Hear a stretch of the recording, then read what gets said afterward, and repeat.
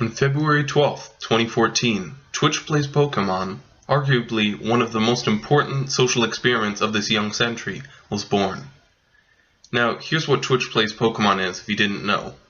A Game Boy emulator was used to stream the 1996 smash hit Pokemon Red onto a channel on the popular video game streaming website Twitch.tv, and a simple program was written to input the chat commands from the stream into the game as commands in the emulator.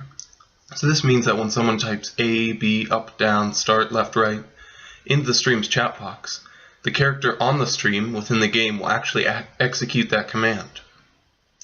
So previously, the system worked in a mode called Anarchy mode, and it would automatically implement in any order given to it the commands put into the chat box, and this led to a lot of confusion. Nothing really got done. But days later into the stream, a new mode was implemented, and this is called Democracy mode, and it allowed people to vote actions into, well, actions. So over a period of time, however many votes were counted determined what action would be taken. And so this made progress go a lot faster in the game. So no goals or rules were established, except for the underlying code and how the actual game is played, and people just started to play. So normally it takes 25 hours to complete this game, and it took us 16 days, 7 hours, and 45 minutes, but with over 122 million total commands typed in a million unique visitors, I still think it's a pretty amazing feat that we even completed the game at all. And one popular view people have of humanity is that without some external force, we're nothing but hopeless creatures that accomplish nothing, and despite having no real governing body or nobody controlling how the game was played, a successful strategy in Twitch Plays Pokemon was still able to emerge, and I believe this shows how powerful the internet can be. Rory Appleton even calls Twitch Plays Pokemon a microcosm of human history, as from relative anarchy and very few people playing the game, emerged a semi-organized form of democracy when population boomed, and this human construct of government, both in real life and in the game, helped facilitate progress. So for me, this experiment shows how important the internet is and how amazing it is, and how it brings people together across the globe and has a democratizing effect, as Kennedy and Cohen say in our book, spreading the power among more and more people, and it can be used to accomplish a common goal. Now, we all know how great the internet is for listening to podcasts, searching and learning about new things, watching online video, and these things have become inseparable parts of our lives and of our businesses. And we're able to assume that we'll have these luxuries each day because of something called net neutrality. Now, in essence, net neutrality is the principle that allows you to go wherever, browse whenever, and download whatever you want when you go online. Whether it be to the Huffington Post or to YouTube, you get the same internet speed and can access any website you want. However, internet service providers like Verizon or Comcast have talked about setting up an internet fast lane and an internet slow lane. So those who have money, like big corporations, will be able to access the fast lane of the internet with greater speeds and therefore more access to data and information. And the common citizen will have the slow lane and probably be left behind. And what this makes me fear is that we'll regress to a time when only the rich and powerful, the aristocracy, had access to information and education. And this communications inequality would deepen the United States' already growing income inequality. So in the near future, internet service providers could give users faster access to some sites and slower access to others.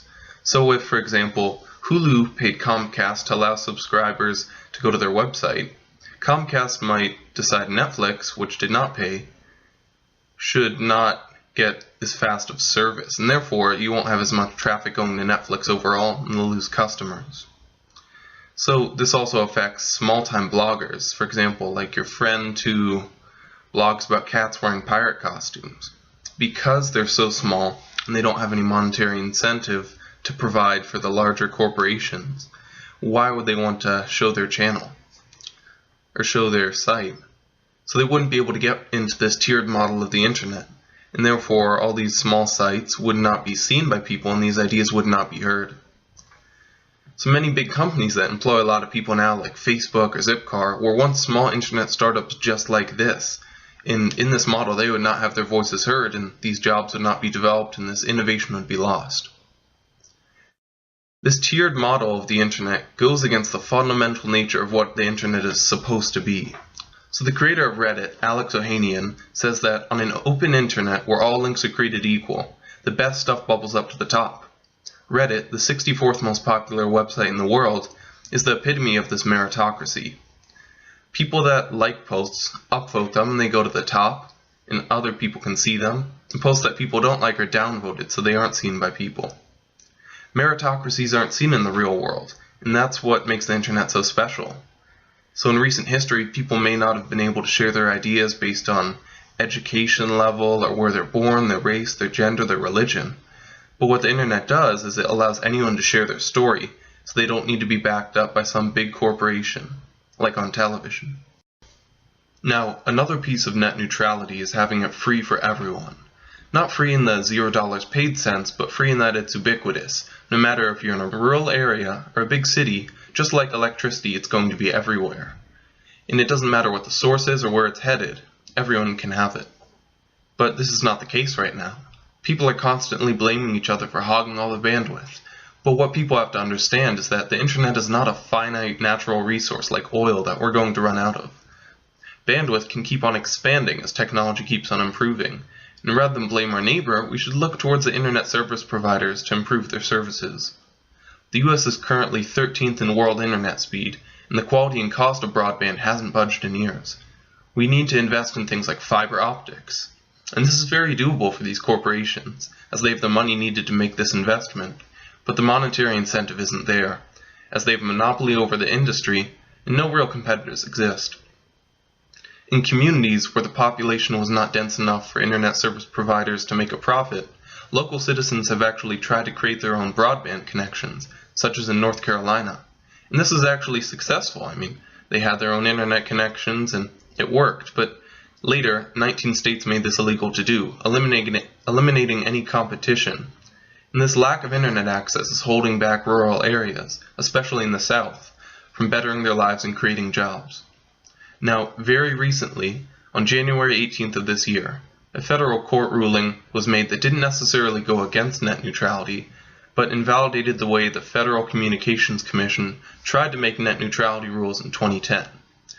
Basically, the FCC currently lacks the authority to implement and enforce net neutrality in the way they want, and Verizon, AT&T, Time Warner Cable, or whoever provides your internet service can now block, slow, or otherwise mess with websites, apps, and other services. Conversely, some people fear that if the FCC gets too involved, it may end up doing to the internet what it did to over-the-air broadcasting, controlling both ownership and content. And people see this as a power play by corporate interests, and that the internet will basically lose what makes it the internet. The big idea behind net neutrality is that the web materials we see on our laptops and on our smartphones, whether from Google or from a tiny little blog, should flow freely through the pipes, regardless of origin, destination, or content. No one gets special treatment. Equal access to information in the internet is one of the big challenges of the 21st century. If you use the internet, which you probably do as you're watching this video, and you feel like helping out or learning more, please check out the link below in the description.